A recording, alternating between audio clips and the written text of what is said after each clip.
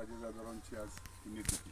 त्या निमित्तानं आपण सगळे आज इथं जमलेलो आणि प्रथम त्यांच्या चरणी नतमस्तक होऊन त्यांना विनम्रपूर्वक अशी भावपूर्ण श्रद्धांजली अर्पण करतो. आपल्या सगळ्यांच्या वतीने गेली अनेक वर्ष इथं समाधी आहे, की तुमच्यापैकी कोणाची तरी समाधी आहे म्हणून भाऊने आम्हाला अनेक वेळा सांगितलं.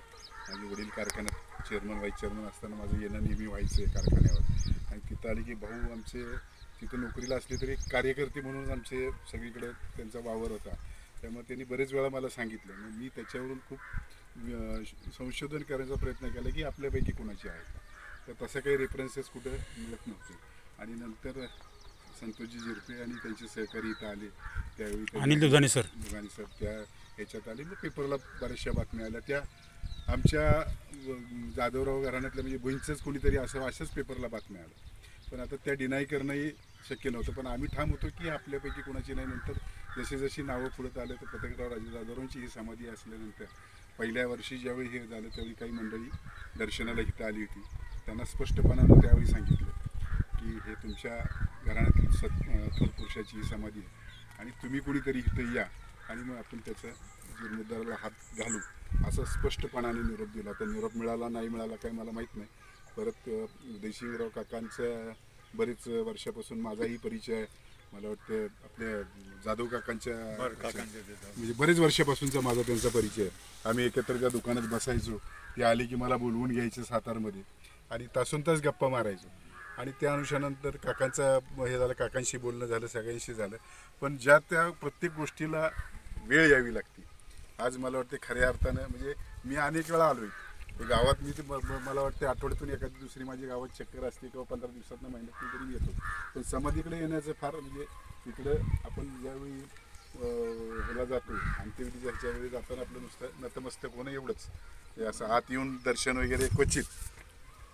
सगळे एकत्र आलेलो आहोत.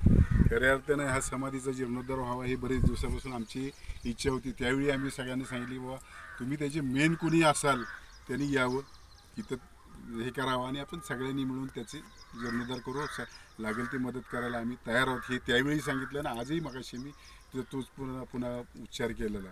तर हे समाधीचं काम करत असताना एखादा आपण चांगला आर्किटेक्ट नेमावा की ज्याला ह्याची म्हणजे ह्या बांधकामाविषयीची ज्ञात माहिती आहे, तो करू शकेल वगैरे, की त्यांच्या जागा त्यांची ह्याच्यापेक्षा आपण जास्त घेऊ नये. कारण आता कसं झालं, पहिलं हे जर 10-20-25 वर्षापूर्वी आपण केलं असतं तर त्यांनी आणखी म्हणलं असतं इथून तिथून घ्या म्हणून. पण आता घरात वाटण्या होतात, हे होतात, आपलं लँड होल्डिंग प्रत्येकाचं कमी होत चाललेलं आहे, जमिनी सगळ्यांच्या कमी होत चाललेल्या आहेत, सिलिंगमध्ये आपल्या बऱ्याचशा मंडळींच्या जमिनी गेलेल्या आहेत. आणि त्यामुळे ह्या समाधीबरोबरच आपल्याला काही करता येईल आणि हा 9 सप्टेंबरला आपल्याला सगळ्यांना इथं येता येईल. आणि हे चांगले समाधीचं आपण सगळ्यांच्या सहकार्याने, मी मगाशी बोललो त्याप्रमाणे सगळ्यांची नावं घ्या, फोन नंबर घ्या आणि याचा आपला व्हॉट्सअपचा ग्रुप करा.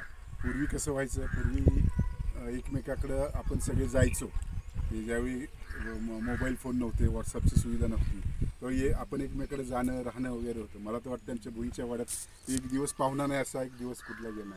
धार, देवास, इंदोर, ग्वाल्हेर, इकडे कर्नाटकातून जत, उमराणी इकडून किंवा पुण्यातून सारखं कोण ना कोणतरी असायचं. आता ते आपण सगळं विसरलं. कुठंतरी लग्न समारंभाला किंवा कुठंतरी घाटावर बिटावरच आपण सगळे भेटतो. पण आपण अशा निमित्तानं सगळ्या गोष्टी आपण भेटल्या पाहिजेत, गेलो पाहिजे, आलो पाहिजे. आणि ह्या आज खऱ्या अर्थानं म्हणजे समाधीचा आज जीर्णोद्धाराला आज सुरुवातीला असं मला वाटतं आपण सगळ्यांनीच यथाशक्ती अर्थसहाय्य करावं. त्याच्यातून आपण हे पीक यांचं निघाल्यानंतर म्हणजे साधारण मे महिन्यापर्यंत शेती 2 महिने आपल्याला हे पीक हळदीचं पीक लवकर निघतं आमच्याकडे. ते निघाले की 2 महिन्यानंतर 2 महिने अवधी आपल्याला मिळेल. त्या 2 महिन्याच्या अवधीत आपण हे काम सहज करू शकतो.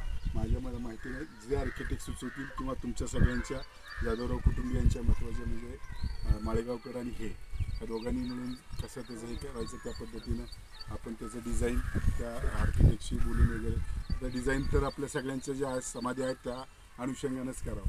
किंवा एक छोटी खाणी समाधी आपण सातारमध्ये बघितली असेल, सगळ्यांनी मध्यंतरी आईसाहेब महाराजांची केली त्या पद्धतीचं वगैरे, जेणेकरून त्यांचं क्षेत्र जादा जाऊ नये. आजपर्यंत त्यांनी ह्या समाधीचं जतन केलेलं आहे. अनेक वेळा ते म्हणलेत मी असेपर्यंत तुम्ही काहीतरी करा, परत जर माझ्या पुढच्या पिढीने जर काही कमी जास्त केलं तर मी जबाबदारी, मला ते कसं तरी होईल, यांची भावना आहे. यांच्या कुटुंबियांची भावना आहे, तर आपणच कुठेतरी सगळे कमी पडतो असं मला वाटतं. की आज हा योग चांगल्या पद्धतीने ह्या सगळ्या मंडळीने आणलेला आहे. एकमेकाचे आपले फोन नंबर वगैरे सगळे दिलेले आहेत. मी ग्रामस्थांच्या वतीनं, ह्यांच्या वतीनं, मी जाधवराव कुटुंबींच्या वतीनं तुमचं सगळ्यांचं इथं आल्याबद्दल स्वागत करतो, आभार व्यक्त करतो. जे जाधवराव मंडळी सगळे आलेले आहेत त्यांचंही, जाधवराव